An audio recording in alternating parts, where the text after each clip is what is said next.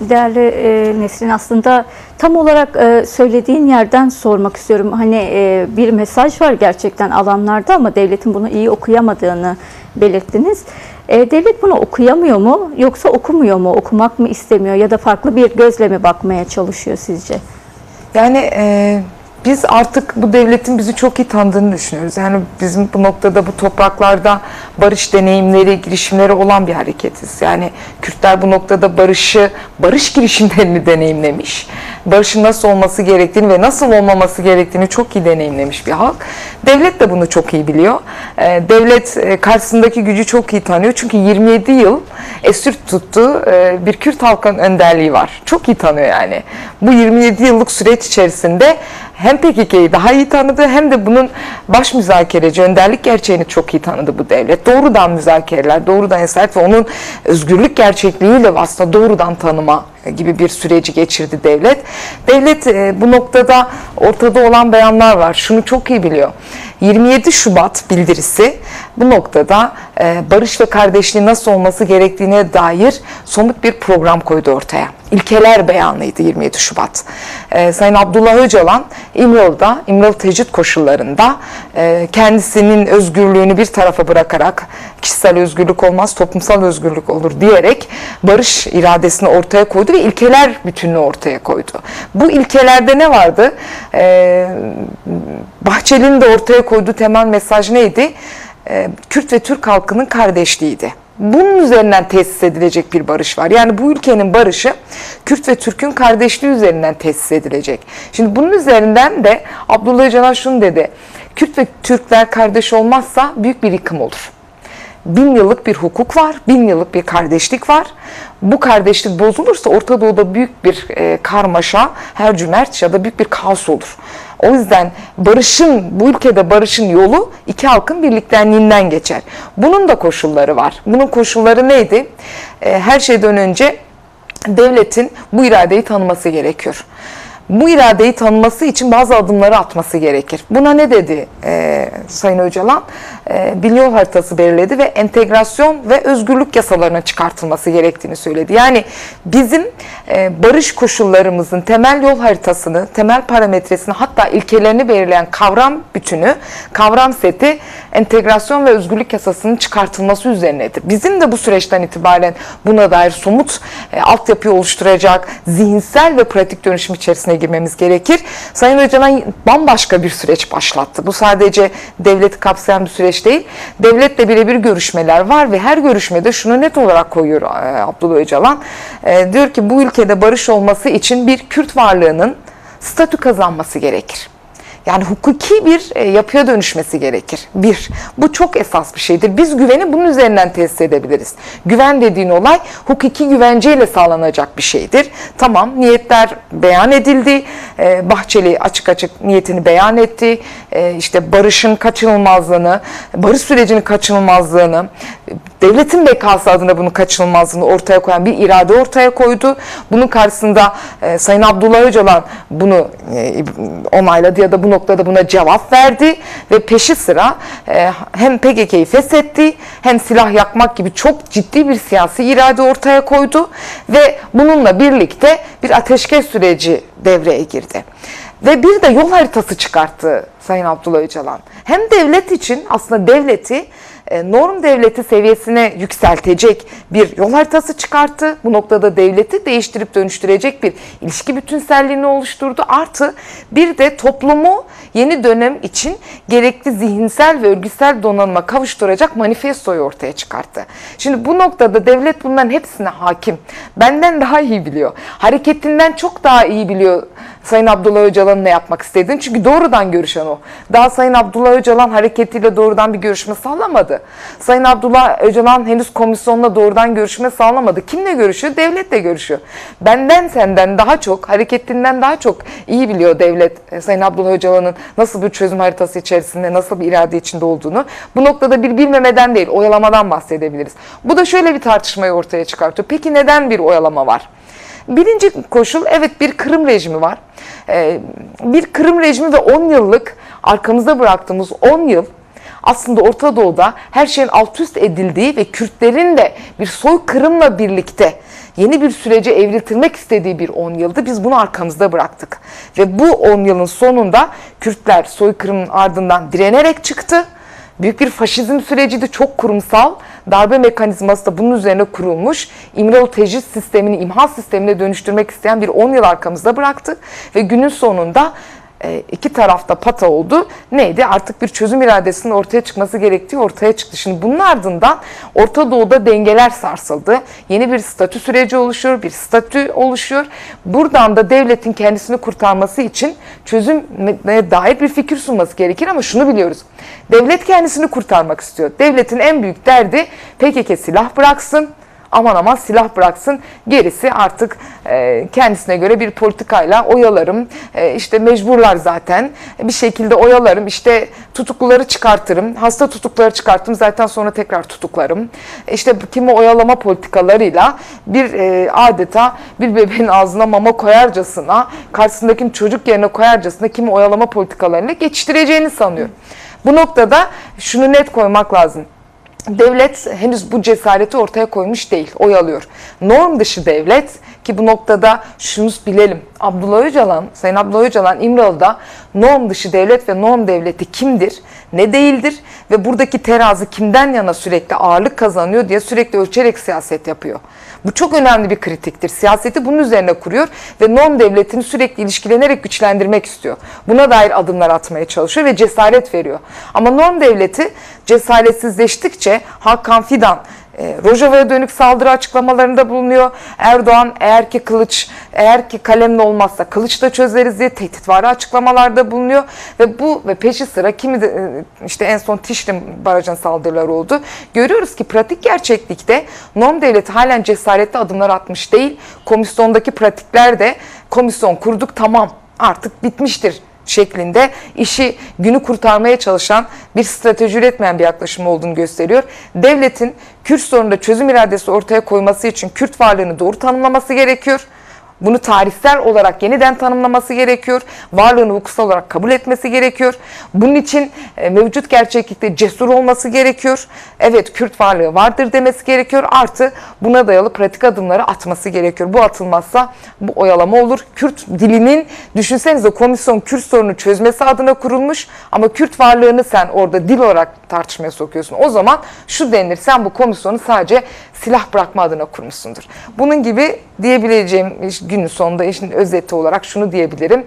Devlet henüz net bir cesaret ya da irade beyanı ortaya koymuş değil. Oyalama var ve henüz bu noktada norm devleti güçlü bir irade ortaya koymadığı için o dengesizlikte ortaya çıkan güç süreç karşıtı norm dışı yapılar oluyor. Bu da çok tehlikeli süreçlere kapı aralıyor.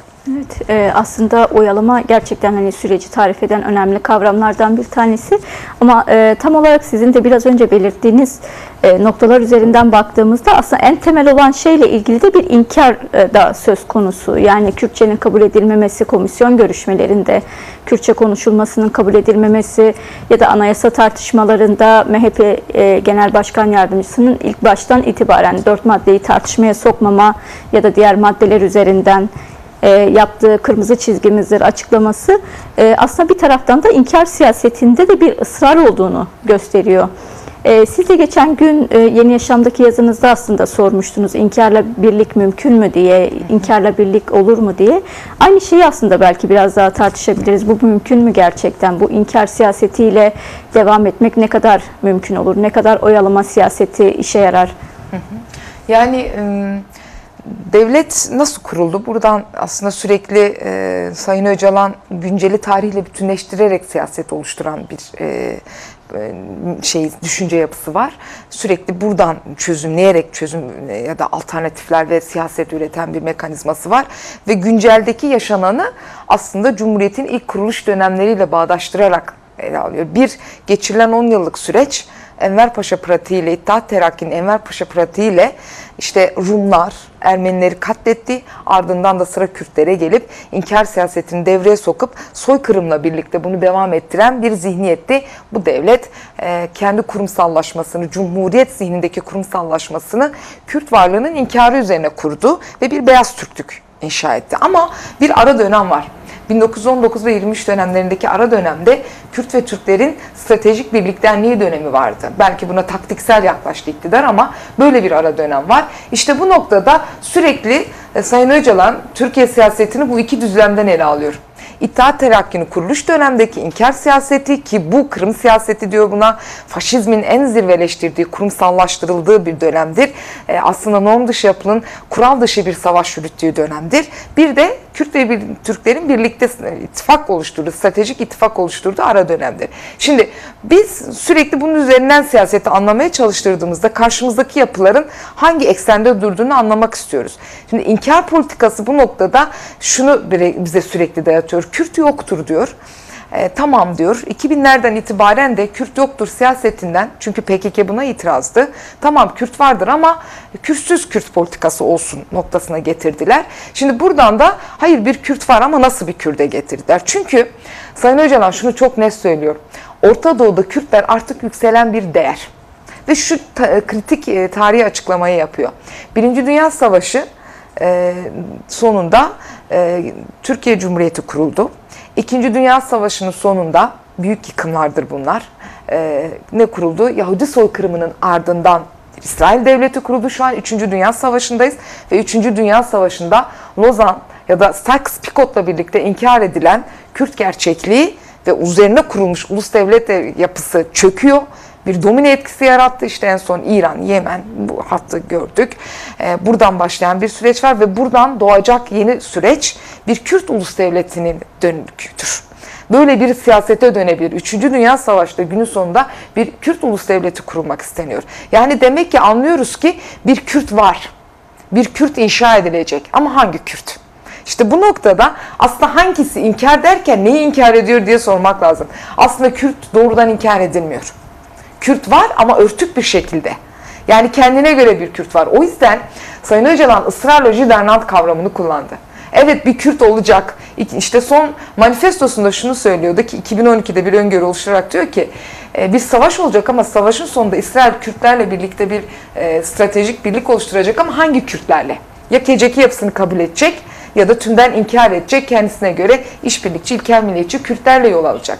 İşte günün sonunda biz anlıyoruz ki aslında inkar politikası bir işte bir ulusalcı zihniyetin, kafatasçı zihniyetin tamamen varlığını reddettiği bir Kürt politikası var. Bunu reddetmiyoruz ama bir de hakim iktidarın inkar politikası var. Bu inkar Jüdenlandçı Kürt'ü kabul ederiz. En son Hakan Fidan açıklamasında bu vardı. Biz Erbil'le çok iyi ilişkimiz var dedi. İşte diyor ki Rojava'daki Kürtlerle bizim aslında çok iyi ilişkimiz var ama hangi Kürt'le ilişkin var? Demek ki inkar edilen özgürlükçü Kürt değerleridir. Direnen Kürttür. Bu kimlik inkar ediliyor. Bu inkar karşısında işte o yüzden ısrarla bir kavram seti oluşturan Sayın Öcalan Jüdenland kavramını kullandı. Hangi Kürtle? İşbirlikçi Kürt var. Kendi ailesinde malbahticilik dediği ideolojik yapıyla yürüyen, ulusal değerlerini yok sayan, bir aile yapısıyla kendisini bütünleştirmiş, iktidarın bunun üzerine tesis etmiş bir yapı var. Böyle tahkim edilmiş bir Kürtlük var. Kendi Kürt'ünü yaratmış iktidar politikası var. Bir de özgürlükçü Kürt var. İşte inkar edilen bu özgürlükçü Kürt değerleridir. Biz de buna karşı ısrarla diyoruz ki yeni dönem inkar politikasına karşı Kürt varlığının özgür Kürt'ün inşa dönemi olacak. Kürt varlığı ispat edildi. Hatta öyle ispat edildi ki işbirlikçisi bile çıktı. Ama biz yeni dönemde özgür Kürt'ü yaratacağız.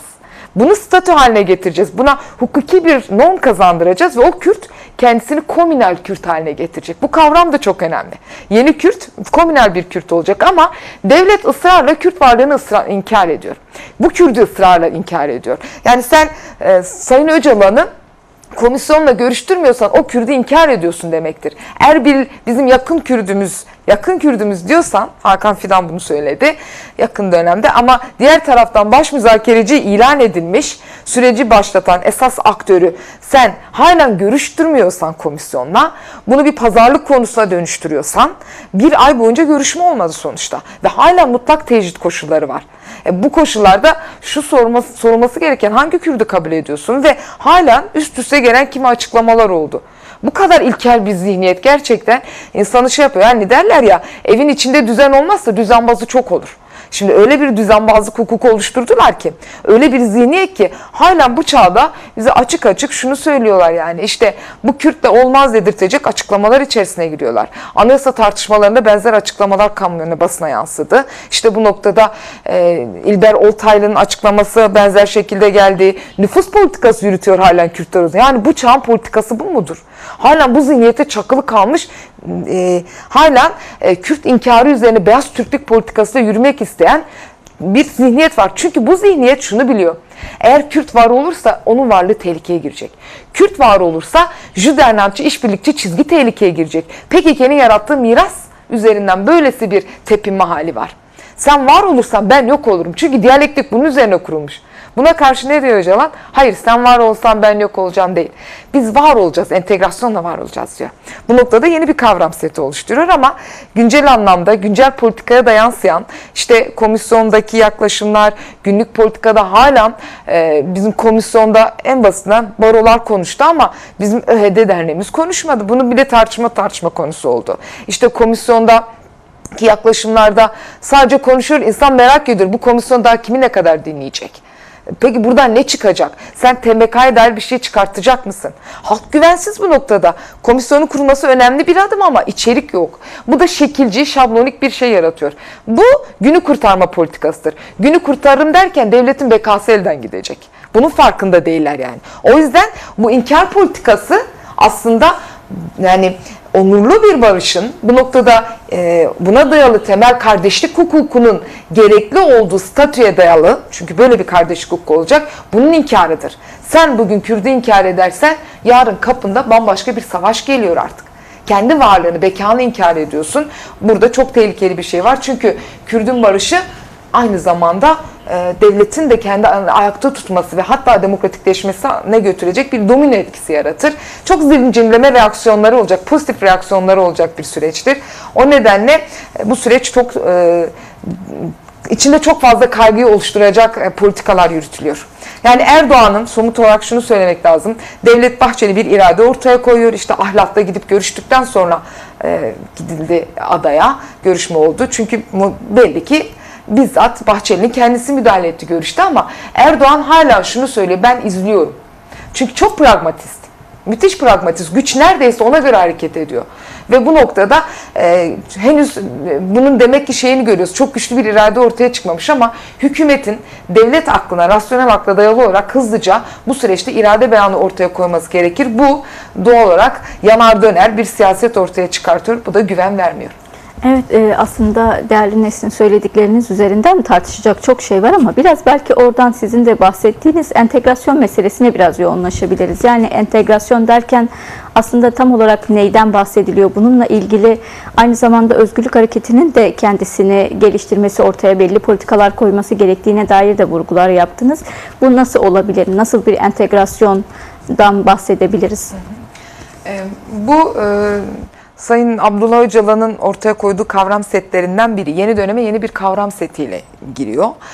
Bu kavram seti barış kişiliğinin, barış döneminin ve bunun düşünce tarzının ve bunun yol haritasını belirleyen bir kavram seti. Nasıl düşüneceğine dair ki bu kendisini bugüne kadar mayalamış bir, belli fermentasyonlardan geçmiş gelmiş bir argüman oluşturmuş buna dayalı olarak. Yani 52 yıllık mücadeleden süzülerek oluşmuş bir deneyim. Bu deneyimler bir kavrama dönüşmüş. Evet, bu noktada entegre kavramı var ama Sayın Öcalan 52 yıllık mücadelenin deneyimleriyle bu kavramların içini yeniden şekillendiriyor. Bir zihin temizliği ya da bir zihin aydınlanması ve kavram temizliği yapıyor. Mesela entegrasyon dedi. Aslında biz 90'lardan beri sürekli devletle, Özal sürecinden beri devletle temaslar içerisinde olan bir hareketiz, değil mi? Sayın Öcalan sürekli bu noktada barışa şans tanıdı. Ne dedi? Biz devlet kurmak değil, devleti yıkmak da değil, devletle birlikte olmak istiyoruz. Buna da demokratik birliktenlik dedi. Şimdi böyle bir aslında daha 90'lardan itibaren bu kuramsal yapıyı kendisinde oluşturdu. Bu günümüze nasıl geldi? Yeni paradigmasal dönüşümle birlikte kavram kendisini buradan sentezleyerek yoğurdu ve ismine entegrasyon dedi. Ve şunu söylüyor: entegrasyon ve özgürlük yasaları çıkmak gerekirdi. Peki entegrasyon ne yani? Burada kastedilen ne? Tabii ki eğer ki demokratik olmazsa ismi asimilasyondur.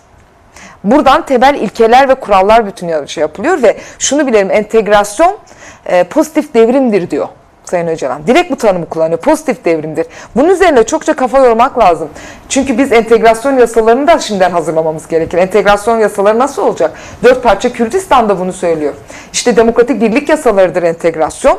Bu askeri, siyasi, ekonomik olarak sağlanacak. Rojava'da sağlanacak. Başka 4 parça Kürdistan'da sağlanacak. Çözümün stratejisi demokratik entegrasyon. Birlik ve uyum. Peki bu nasıl olacak? Bizim de bu noktada hem deneyimlere bakmak, buna dayalı temel ilkelerini belirlemek gerekir. Çünkü şunu söylüyor Sayın Öcalan, ben bir yeni devrim teorisi oluşturdum. Yani Marksizmin ya da buna dayalı deneyimlerin, ulusal kurtuluş hareketlerinin şimdiye kadar ortaya koyduğu temel strateji neydi ki bizim de işte 70'lerle birlikte esas aldığımız strateji buydu. Neydi? Silahlı mücadele stratejisiydi. Yani bir devlet kurup yıkıp yerine yenisini kurma. Her ulusun kendi kaderini tayin etme ilkesine dayalı olarak kendi devletini kurmaydı. Şimdi biz bu stratejiden vazgeçince karşımıza ne çıktı? Yeni bir strateji doğacak. Yani sosyalist teori mücadele stratejisini yeniden yeniliyor. Buna devrimci, pozitif devrim diyor. İnşacı devrim. Yeri geldiğinde negatif olarak öz savunmayı da oluşturur ama pozitif devrim sürecine geçiyoruz diyor. O yüzden ciddi yaklaşım. Bu bir stratejidir diyor. Barış onun ara rejimidir. Barış da buraya geçilir. Tek başına silahların susması değil. Silahlar susar. Biz tek başına silahlar sussun demiyoruz. Silahlar sussun ki İki güç birbirini tanısın ve yeni bir döneme başlasın. Müzakere yoluyla, demokratik siyaset yoluyla yeni bir süreci başlatalım. Kürtler varlığını inşa etsin komünlerle, her yerde komün birliklerini oluştursun. Siyasal, ekonomik her anlamda komün birliklerini oluştursun. Bunu bir siyasete dönüştürsün. Devlet de demokratik akla dönüştürsün. Bir felsefesi olsun. Kürdü doğru düzgün tanımlasın. Rasyonel akla dönüştürsün kendisini. Bu noktada devletin de uyum sağlayacağı bir demokratik ilkeler bütünleri olsun. Hukuka dayalı bir sistem olsun. Denetlenebilir bir sistem olsun. Bu noktada iki tarafı da bağlayıcı bir demokratik süreçten bahsediyoruz. Sayın Öcalan bu noktada entegrasyonu bir strateji olarak belirliyor. İki tarafın o çatışmalı siyasetin önüne alan bir kavram bu.